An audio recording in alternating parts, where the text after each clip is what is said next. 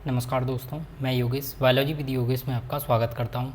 तो चलिए आज जो सेल बायोलॉजी है या सेल स्ट्रक्चर एंड फंक्शन वाले जो एमसीक्यू क्वेश्चन है कुमार मलिक और बॉटनी वाले बुक से, उसका आज सेकेंड पार्ट शुरू करते हैं। तो चलिए पहला क्वेश्चन देखते हैं। In Singer and Nicolson model of plasma membrane के मॉडल में आपने देखा होगा सिंगर एंड निकोलसन का मॉडल। ये पूछ रहे हैं एक्सटेंसिक यानी कि जो बाहर की तरफ जो प्रोटीन है एक्सटेंसिक प्रोटीन आर कैसी होती है। तो यहाँ पर देखो पहला ऑप्शन दिया हुआ है tightly associated with intrinsic protein and can be easily separate अलग हो। अब देखो एक्चुअली आप प्लाज्मा मेम्ब्रेन के रिगार्डिंग जो सिंगर एंड निकोलसन का जो मॉडल है उसको आप एक बार देख लीजिए।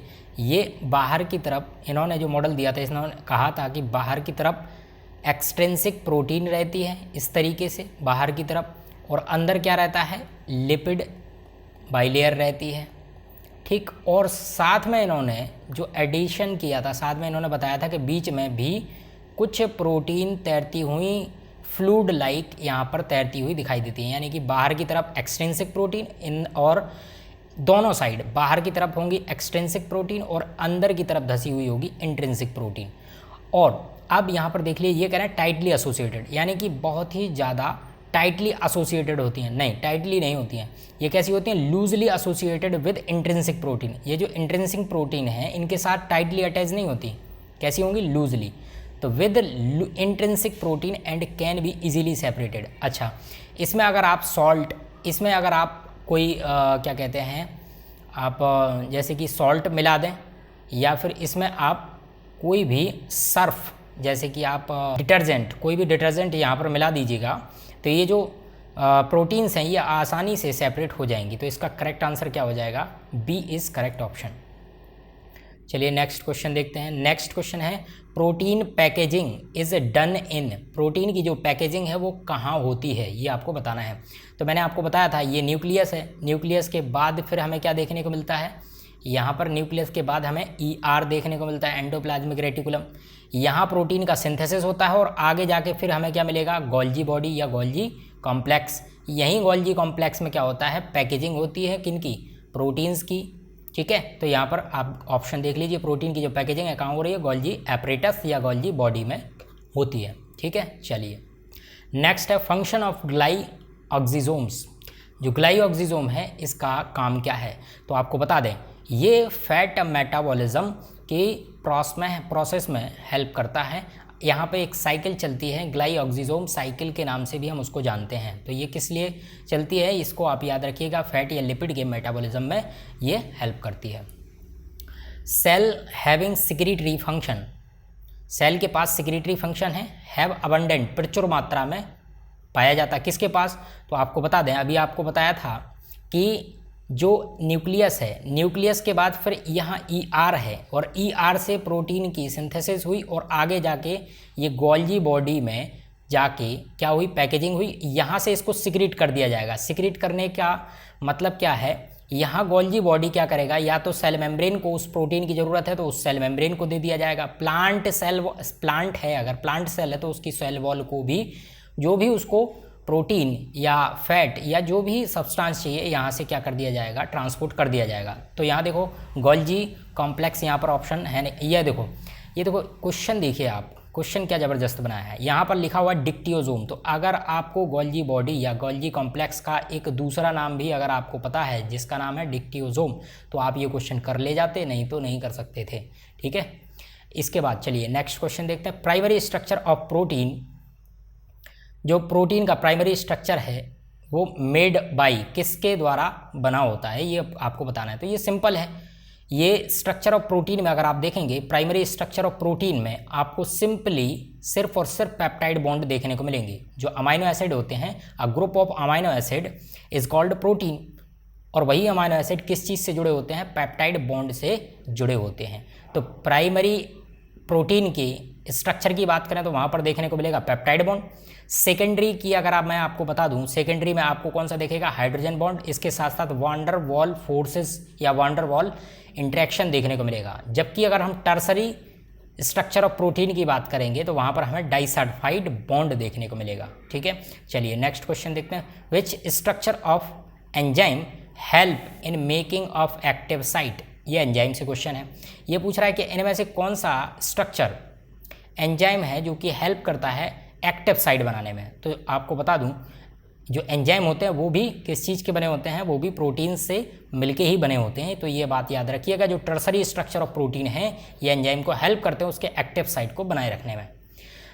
The living being are made up of cells, this was stated by. अच्छा, ये किसने कहा? तो देखो, जो living being are made up, all living being are made किसके द्वारा बने हुए हैं? सेल के द्वारा बने हुए हैं।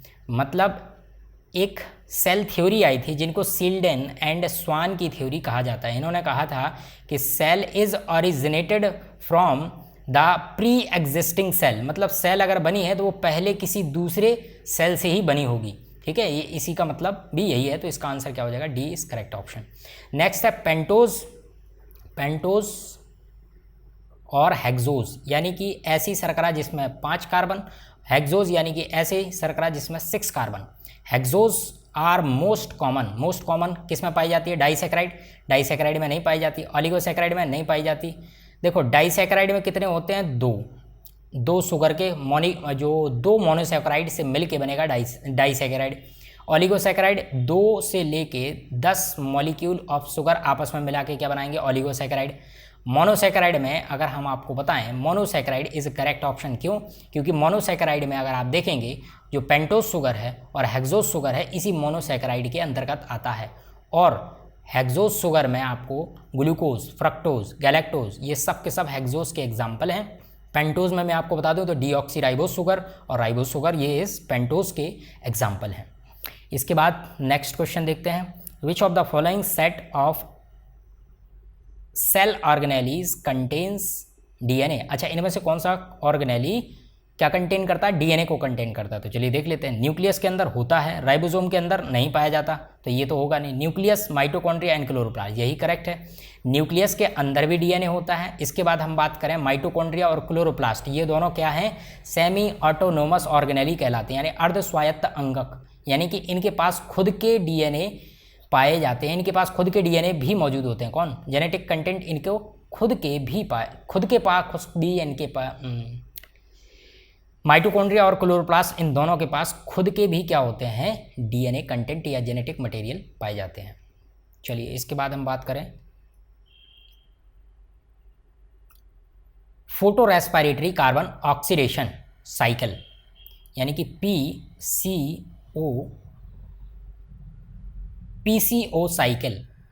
पीसीओ साइकिल यानी photo respiratory carbon oxidation cycle involves in interaction of. इनमें से किन के इंट्रैक्शन से जो पीसीओ साइकिल है वो चलती है? तो आपको बता दें, पीसीओ साइकिल को हम C2 साइकिल के नाम से भी जानते हैं। जब हम सेलुलर रेस्पिरेशन या जो फोटोसिंथेसिस वाला चैप्टर पढ़ाएंगे तब आपको बताएंगे C2 साइकिल कहाँ चलती है। C2 साइकिल एक वेस्टेज प्रोडक्ट है, यानी कि वेस्टेज ऑफ साइकिल कह सकते हैं इसको, क्योंकि इसमें क्या होता है? लॉस होता है आपके CO2 का, जबकि CO2 जरूरी होता है प्लांट को। तो जो जितने भी C3 प्लांट हैं उनमें C2 साइकिल चलती है।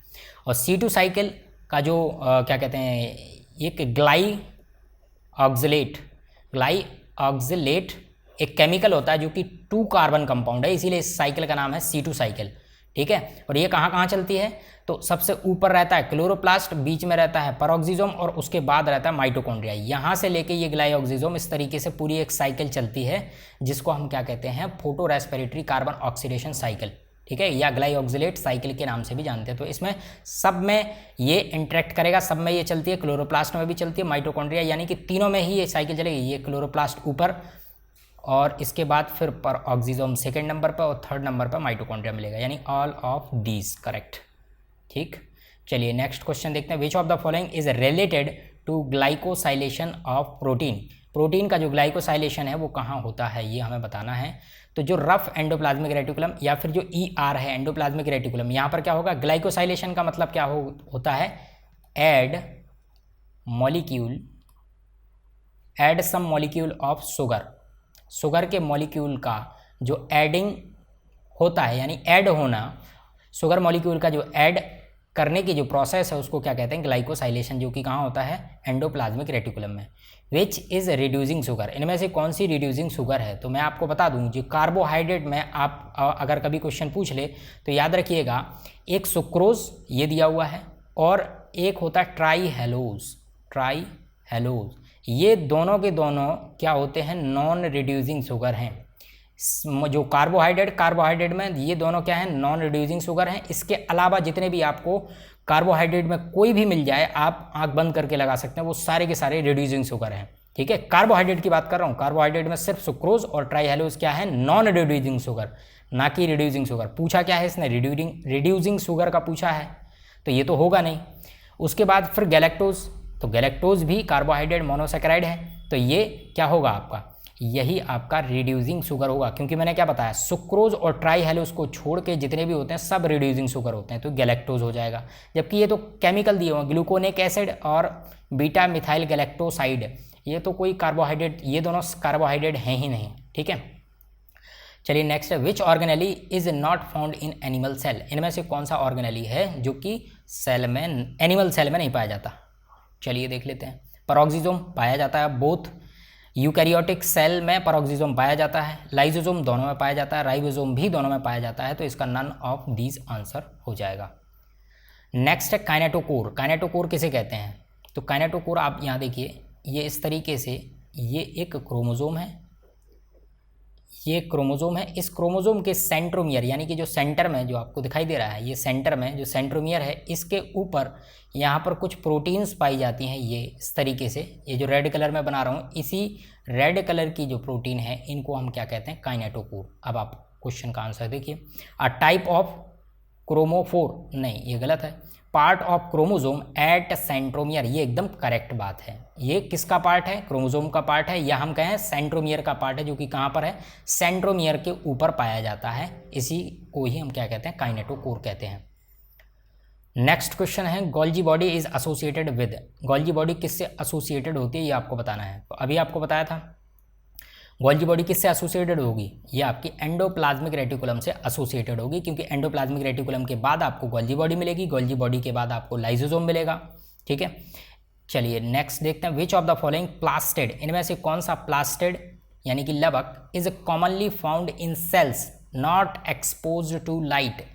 अच्छा, इनमें से कौन सा प्लास्टिड है जो कि लाइट के एक्सपोजर में नहीं आता है, तो यहाँ देखिए, ये है ल्यूकोप्लास्ट, ये करेक्ट आंसर है। इसका ल्यूकोप्लास्ट आंसर क्यों है, क्योंकि अगर आपको बता दूं, जो ल्यूकोप्लास्ट होते हैं ये कलरलेस प्लास्टिड है, ये कैसा है, कलरलेस प्लास्टिड। जबकि क्लोरोप्लास्ट कैसा है, ये ग्रीन कलर के पिगमेंट को शो करता है। ये क्रोमोप्लास्ट यानी कि ये कलरफुल यानी कि लाल, पीला, हरा, नीला, ये सारे कलरफुल जो प्लांट में देखने को मिलते हैं, वो किसकी वजह से देखने को मिलते हैं, क्रोमोप्लास्ट प्लास्टिड के वजह से। जैसे ही टमाटर का कलर रेड कलर, वो होता है क्रोमोप्लास्ट की वजह से, प्लास्टोक्यूनोन तो होगा ही नहीं यहाँ पे। तो आंसर क्या हो जाएगा, यही ल्यूकोप्लास्ट जो है कलरलेस होता है, और ये कहाँ पाया जाता है, ये पाया जाता है आपका ल्यूकोप्लास्ट रूट में, राइजोम में, सीड में। ये अंडरग्राउंड होते हैं, अंडरग्राउंड होंगे तो यहाँ पर क्या होता है, नॉट एक्सपोजर टू लाइट, किसी लाइट का एक्सपोजर होगा नहीं, क्योंकि अंडरग्राउंड होते हैं। रूट कहाँ होती हैं, अंडरग्राउंड होती हैं, इसीलिए leucoplast is correct option. Cutin is secreted by, cutin जो है वो आपकी क्यूटिकल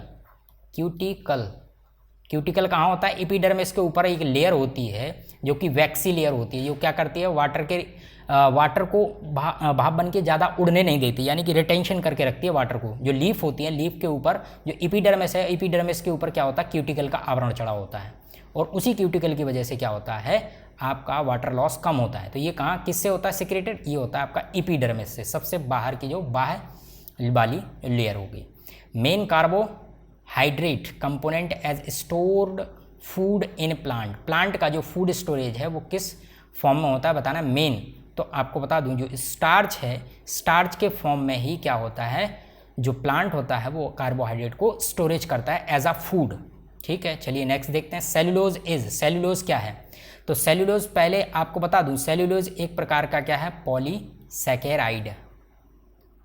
ठीक, पॉलीसैकेराइड। अच्छा, ऑप्शन में hexose polysaccharide, heptose polysaccharide, hetero polysaccharide और पेंटोसन पॉलीसैकेराइड। अच्छा, यहाँ देखिए सेलुलोज जो है ये क्या है, होमो पॉलीसैकेराइड का एग्जाम्पल है।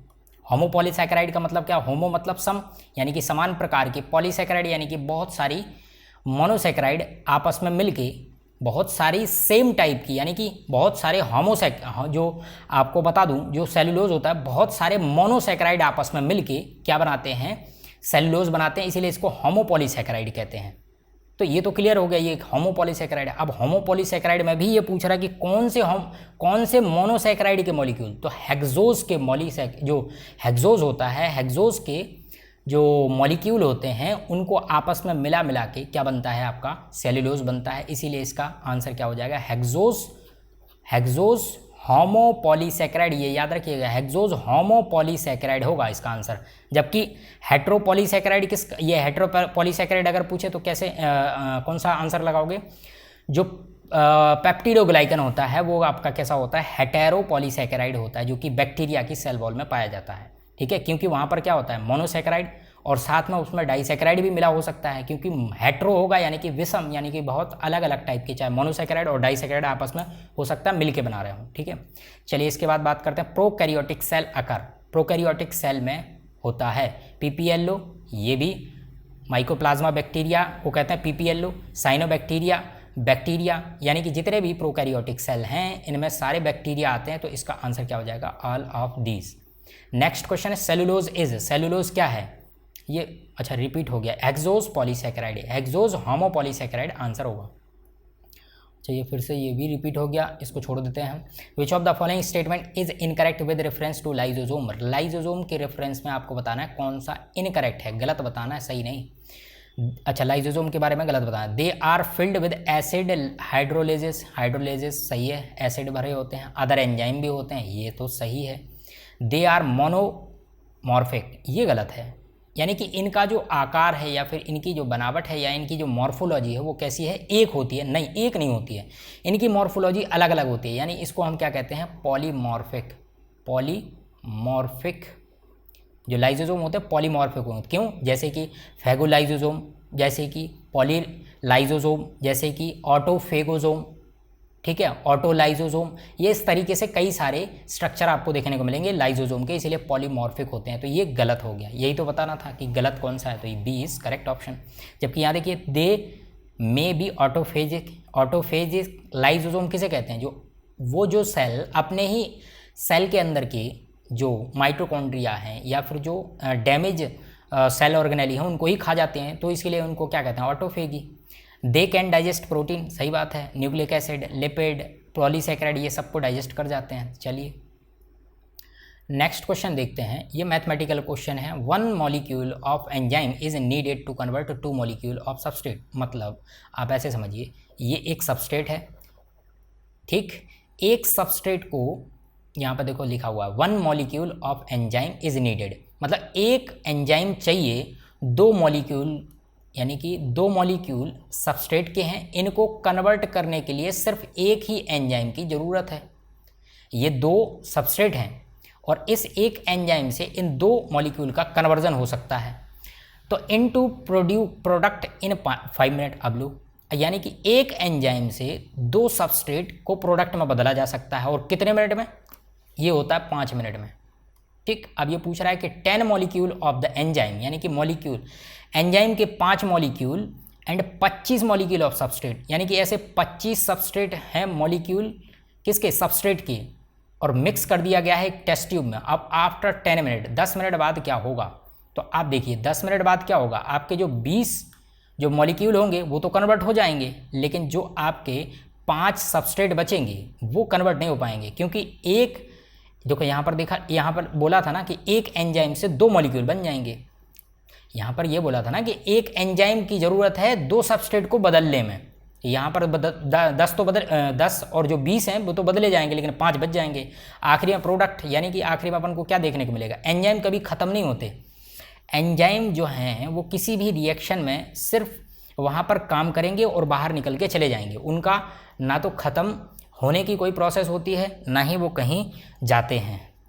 यूज़ होने के बाद वो बाहर निकल जाएंगे अपना काम करने के बाद। तो यहाँ पर आंसर क्या हो जाएगा आपका, आपको क्या देखने को मिलेगा, प्रोडक्ट देखने को मिला, ठीक है। बाकी तो हो गए ना, प्रोडक्ट भी बन गया, प्रोडक्ट बन गया, साथ में एंजाइम्स भी मिल जाएंगे जिनको कहते हैं, और 5 मॉलिक्यूल जो होंगे अनरिएक्टेड सबस्ट्रेट, यानी कि 5 जो सबस्ट्रेट हैं वो बच गए हों, उनमें कोई रिएक्शन नहीं हुई। तो A is correct option. Next है पॉलीजोम इज फॉर्म्ड बाई, पॉलीजोम किससे फॉर्म्ड होते हैं? तो आपको बता दूं, जो पॉलीराइबोसोम एक टर्म यूज़ होती है, इसमें क्या होता है, जो प्रोकैरियोटिक सेल होती हैं या फिर जैसे कि बैक्टीरिया होता है, उसमें क्या होता है, पॉलीराइबोसोम की कंडीशन देखने को मिलती है। इस तरीके से एमआरएनए क्या होता है, बहुत सारे राइबोसोम में आके एक साथ इस तरीके से रैप होता जाता है और ट्रांसलेशन होता रहता है, ठीक है। तो इस कंडीशन को बहुत सारे राइबोसोम एक साथ एमआरएनए के ऊपर लगे हुए हों या एमआरएनए उनके ऊपर लगे हुए हों और ट्रांसलेशन कर रहे हों, इसी को कहते हैं पॉलीराइबोसोम। इसको पॉलीराइबोसोम भी कहते हैं या पॉलीजोम के नाम से भी जानते हैं। तो ये बता रहा है, तो देखो लिखा हुआ है मैनी एमआरएनए, यानी कि एमआरएनए ये ऊपर लगा हुआ है, ये एमआरएनए है, बीइंग अटैच्ड टू राइबोसोम। ये देखो ये राइबोसोम है, ये राइबोसोम की 2 सब यूनिट होती हैं, लार्ज एक स्मॉल सब यूनिट, उनके साथ क्या हुए हैं, अटैच हैं, इसीलिए इसको क्या कहते हैं, पॉलीजोम या पॉलीराइबोसोम। तो A is correct option. Next question देखते हैं, enzymes. Enzymes performing hydrolytic function, enzyme जो है हाइड्रोलाइटिक यानी कि वाटर की प्रेजेंस में वो क्या करते हैं, काम करते हैं और तोड़ देते हैं। एंजाइम का काम क्या होता है, तोड़ना।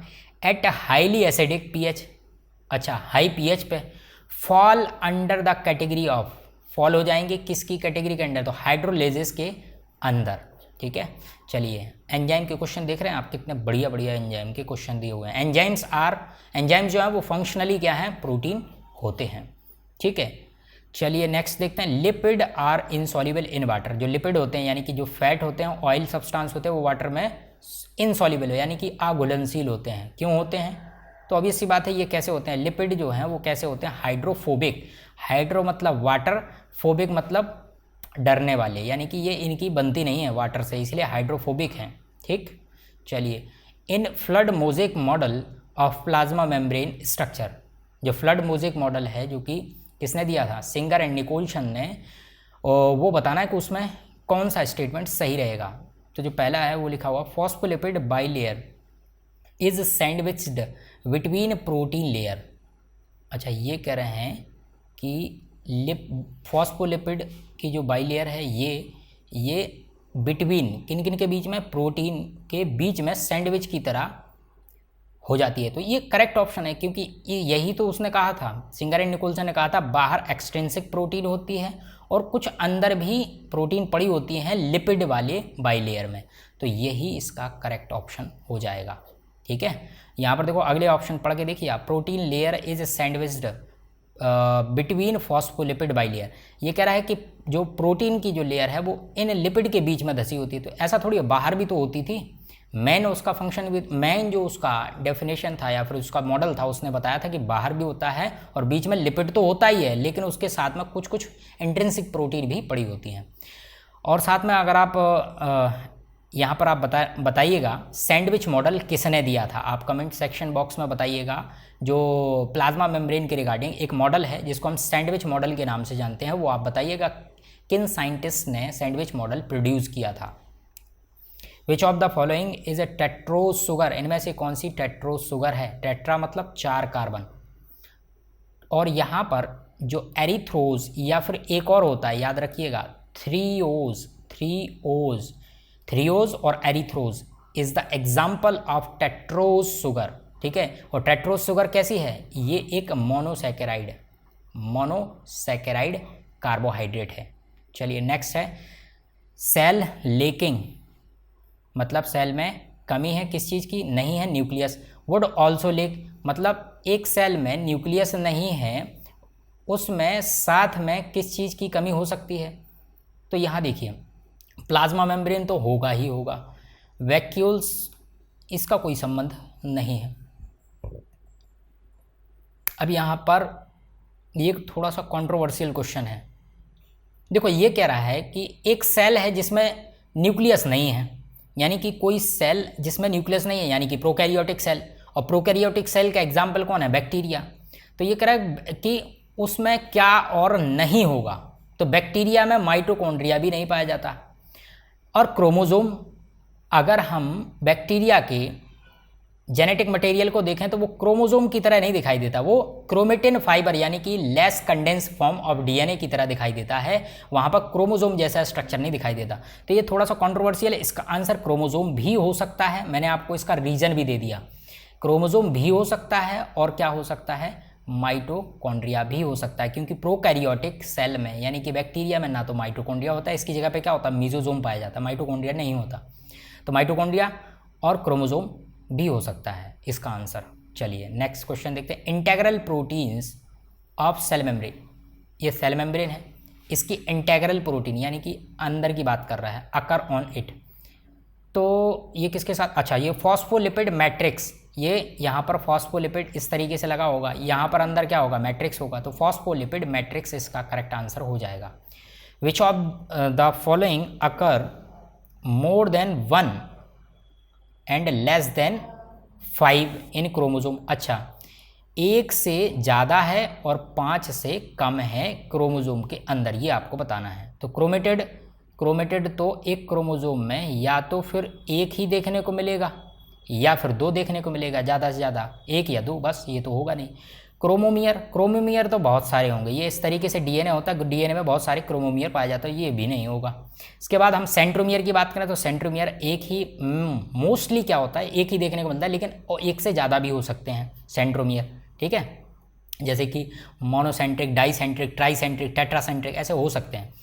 तो अच्छा हाँ, यहाँ पर दिया हुआ ऑप्शन, तो जो क्रोमोसोम है, क्रोमोसोम का जो आखिरी छोर होता है, जहाँ पर जो डीएनए का जो आखिरी छोर है यहाँ, इसको कहते हैं टीलोमियर। और टीलोमियर में अगर आप देखेंगे तो यहाँ पर आपको 1 से 5 तक ही देखने को मिलेंगे, या तो 1 मिलेगा या फिर 2 या फिर 3 या 5 से ज़्यादा नहीं मिलेंगे। तो क्या हो जाएगा, D is correct option. If all peptide bonds of protein are broken, यानी कि पेप्टाइड बॉन्ड प्रोटीन के यानी कि तोड़ दिए जाएं, देन रिमेनिंग पार्ट, देखो जैसे कि ये अमाइनो एसिड, एक अमाइनो एसिड, दूसरा अमाइनो एसिड, तीसरा अमाइनो एसिड, चौथा अमाइनो एसिड, तो a group of amino acid is called protein. और ये किससे जुड़े होते हैं, बीच में बनता है पेप्टाइड बॉन्ड। अगर ये पेप्टाइड बॉन्ड तोड़ दिए जाएँ तो क्या देखने को मिलेगा, पेप्टाइड बॉन्ड हटा दीजिए तो आपको क्या देखने को मिल जाएंगे, अमाइनो एसिड अकेले देखने को मिल जाएंगे, यही उसमें पूछा है। नेक्स्ट है, in eukaryotes which of the following is not found. Eukaryotes में कौन सा क्या नहीं पाया जाता, ये आपको बताना है। तो मेसोसोम, ये तो प्रोकैरियोटिक में ही पाया जाता है, तो यही करेक्ट हो जाएगा, क्योंकि प्रोकैरियोटिक में माइटोकॉन्ड्रिया की जगह पर क्या पाया जाता है, मेसोसोम पाया जाता है बैक्टीरिया में। In an experiment radioactive substance are incorporated with amino acid. एक रेडियो एक्टिव सब्सटेंस को इनकॉर्पोरेट यानी कि साथ में लगाया गया है किसके, अमाइनो एसिड के। Then maximum amount of radioactive labelled protein, यानी कि एक अमाइनो एसिड है उसमें आपने रेडियो एक्टिव सब्सटेंस लगा दिया, उसके बाद आपको देखने को मिल रहा है कि वही रेडियो लेबल्ड जो रेडियो एक्टिविटी है वो एक प्रोटीन में देखने को मिल रही है, जो कि कहाँ मिलेगा, तो आपको बता दूं ये कहाँ देखने को मिलेगा आपको, ER कोऑर्डिनेटेड विद पॉलीजोम, यानी कि यहाँ पर क्या होगा, ER में लगे होते हैं राइबोसोम, और राइबोसोम जो होते हैं अगर बैक्टीरिया में बात करें तो वहाँ पर पॉलीजोम कंडीशन देखने को मिलती है। पॉलीजोम किसे कहते हैं, पॉलीराइबोसोम, ठीक है, क्योंकि वहाँ पर क्या होगा, बहुत सारे राइबोसोम mRNA उसके साथ में लगा होगा और ट्रांसलेशन उनका चल रहा होगा, यानी कि यहाँ से जो प्रोटीन बन रही होगी वो आपको कैसी दिखेगी, उसमें मैक्सिमम अमाउंट्स में रेडियो एक्टिविटी देखने को मिलेगी, क्योंकि जो अमाइनो एसिड हैं उन्हीं से ही तो ट्रांसलेशन हो रहा होता है और प्रोटीन बन रही होती है। नेक्स्ट क्वेश्चन है, the cell wall of plants is made up of cellulose. जो प्लांट है उसकी जो सेल वॉल है उसकी सेल्यूलोज है किस चीज़ से बनी होती है, ये तो सिंपल क्वेश्चन है, भी बताया था आपको, होमोपॉलीसैकेराइड, यानी कि इसका करेक्ट आंसर क्या हो जाएगा, polysaccharide. Cell shape is found in which cell organelle. Cell shape कहाँ पाया जाता है, तो आपको बता दूं ये वैक्यूल है और वैक्यूल के अंदर लिक्विड भरा होता है जो कि वाटर जैसा सब्सटेंस होता है, और इसी सब्सटेंस को हम क्या कहते हैं, सेल, इसको कहते हैं सेल शेप। और एक और चीज़, इस वैक्यूल में जो सबसे बाहर जो मेम्ब्रेन होती है इसको कहते हैं टोनोप्लास्ट, ठीक है, tonoplast is the membranal part of the vacuoles, ठीक है। नेक्स्ट क्वेश्चन है, द क्रोमोजोम अपार्ट, यानी क्रोमोजोम के इतर, from the the chromosomes apart from sex chromosome, sex chromosome के अलावा जो भी क्रोमोजोम होते हैं उनको क्या कहते हैं? तो देखो, एक से लेके एक ह्यूमन में 46 क्रोमोजोम होते हैं, यानी एक जोड़ी से लेके आपके 22 जोड़ी तक क्या होते हैं? क्रोमोजोम जो होते हैं उनको ऑटोजोमल क्रोमोजोम कहते हैं। और जो 23वें नंबर का जो गुणसूत्र होता है जोड़ी का, वो आपका होता है सेक्सुअल क्रोमोजोम, एक्स या और वाई। तो इसने पूछा है कि इसके अलावा जो होते हैं, यानी एक से लेके 22वीं जोड़ी तक के गुणसूत्र जो होंगे उनको क्या कहते हैं? ऑटोजोम कहते हैं। जबकि अगर 46वें गुणसूत्र की, यानी कि 23वें जोड़ी गुणसूत्र की अगर बात करें, सेक्स क्रोमोजोम की बात करें, तो उसको एलोजोम्स कहते हैं। चलिए नेक्स्ट क्वेश्चन देखते हैं। The enzyme needed in biological system for joining two molecules is called, दो मॉलिक्यूल्स को जोड़ने के, तो इसको कहते हैं पॉलीमरेज। ठीक है, पॉलीमरेज जोड़ते जाइए, बहुत सारे मॉलिक्यूल्स को आपस में जोड़ते जाइए, पॉलीमरेज चेन रिएक्शन अगर आपने नाम सुना होगा। ठीक है, चलिए नेक्स्ट देखते हैं। Which of the following is not concerned with molecule of materials in and out of the cell. अच्छा, इनमें से कौन सा कंसर्न्ड नहीं है with the movement of material? कोई भी मटेरियल है उसके मूवमेंट से रिगार्डिंग कंसर्न नहीं है, ये आपको बताना है। तो आपको बताया था जो ट्रांसपोर्ट इन प्लांट वाले चैप्टर में मैंने आपको ऑस्मोसिस बताया था, ये तो सही है। डिफ्यूज़न भी बताया था, वहाँ पर एक्टिव ट्रांसपोर्ट के बारे में भी बताया था। अगर आपने वो लेक्चर नहीं देखा है तो इस डिस्क्रिप्शन मैं आपको लिंक दे दूंगा, उस लेक्चर का आप देख लीजिएगा। तो इसका आंसर क्या होगा? सरफेस टेंशन, क्योंकि उसमें मैंने सरफेस टेंशन के रिगार्डिंग कुछ भी नहीं बताया है। तो डी इज़ करेक्ट ऑप्शन, क्योंकि नॉट पूछा हुआ है। नेक्स्ट है ribosome are involve in protein synthesis. Ribosome जो है इन्वॉल्व होते हैं प्रोटीन सिंथेसिस में। किन किन में देखने को मिलेगा? ये दोनों में देखने को मिलेगा प्रोटीन सिंथेसिस। ये प्रोकैरियोट्स यानी कि बैक्टीरिया में भी देखने को मिलेगा, यूकैरियोट्स में भी देखने को मिलेगा।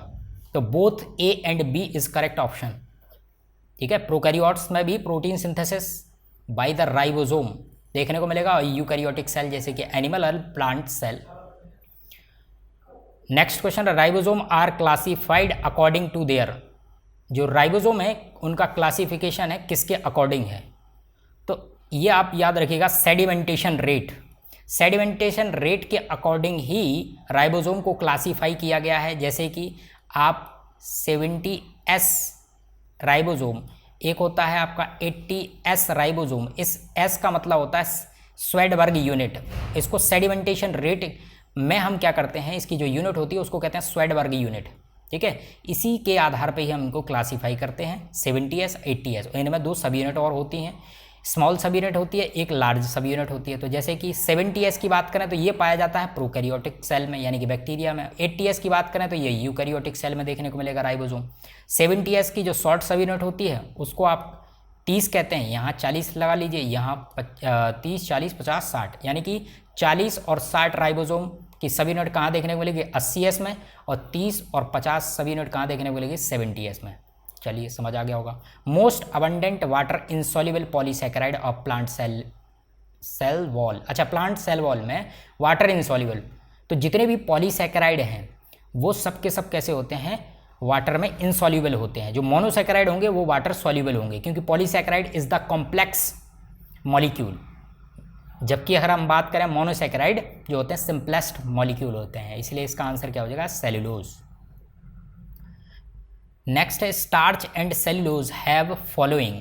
स्टार्च ये कहाँ होता है? ये आपके प्लांट स्टोरेज में देखने को मिलेगा। जो कार्बोहाइड्रेट है यानी कि जो फूड स्टोरेज है प्लांट में किस फॉर्म में होता है? स्टार्च के फॉर्म में। ठीक है, और जबकि उसकी जो सेल वॉल होती है वो सेलुलोज की बनी होती है। दोनों में ये बताना है कि कौन सा सेम होगा। तो देखो आप यहाँ देखिए डी वाले ऑप्शन में ये दोनों के दोनों both are composed of glucose, क्योंकि जो सेलुलोज है ये एक पॉलीसैकेराइड है, स्टार्च भी एक पॉलीसैकेराइड है। ये दोनों के दोनों क्या हैं? कार्बोहाइड्रेट या फिर ग्लूकोज के मॉलिक्यूल से मिलके बने होंगे।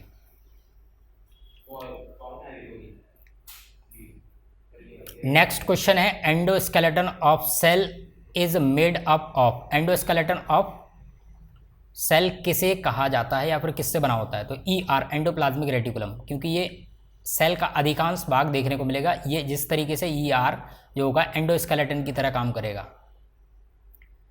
नेक्स्ट क्वेश्चन है tertiary structure of protein containing the amino acid cysteine is achieved through, यानी कि सिस्टीन टर्सरी स्ट्रक्चर में ये सिस्टीन की बात कर रहा है। तो अगर आपको बताऊं तो एक बार फिर से देख लेते हैं। Tertiary structure of protein, protein का जो टर्सरी स्ट्रक्चर है कंटेन करता है अमाइनो एसिड, सिस्टीन को कंटेन करता है, इज अचीव्ड थ्रू। तो अगर आपको बता दूं जो टर्सरी स्ट्रक्चर होता है वहाँ पर आपको सिस्टीन बॉन्ड देखने को मिलेगा और सिस्टीन अमाइनो एसिड देखने को मिलेगा, और ये बनाते हैं आपके डाइसल्फाइड बॉन्ड के बने होते हैं या फिर डाइसल्फाइड बॉन्ड फॉर्मेशन करते हैं। अल्यूरॉन, अल्यूरॉन एक क्या होता है, प्रोटीन होता है जो कि सीड में देखने को मिलेगा।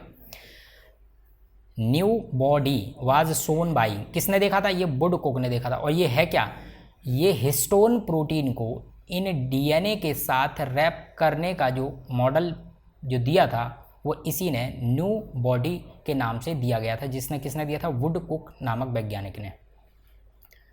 नेक्स्ट है the process by which large molecule move out of the cell is called, ये सेल है, यहाँ से जो मॉलिक्यूल हैं लार्ज अमाउंट में बाहर जाएंगे तो इसको क्या कहेंगे, जब अंदर आते हैं तो इसको कहते हैं फैगोसाइटोसिस, और जब बाहर जाएंगे तो इसको कह देंगे रिवर्स फैगोसाइटोसिस। ठीक है, ये करेक्ट हो जाएगा। The term nucleolus was coined by, जो टर्म है वो न्यूक्लियोलस किसने दिया, तो बोवान। ठीक है, वो मैन ने दिया था। और अगर इसकी डिस्कवरी पूछे तो क्या होगा, फॉन्टाना, फॉन्टाना। ठीक है, न्यूक्लियोलस का पूछ रहा है यानी केंद्रिका का। इसी तरीके से लेक्चर चाहते हैं तो लाइक करें, सब्सक्राइब करें और ज़्यादा से ज़्यादा शेयर करें। धन्यवाद।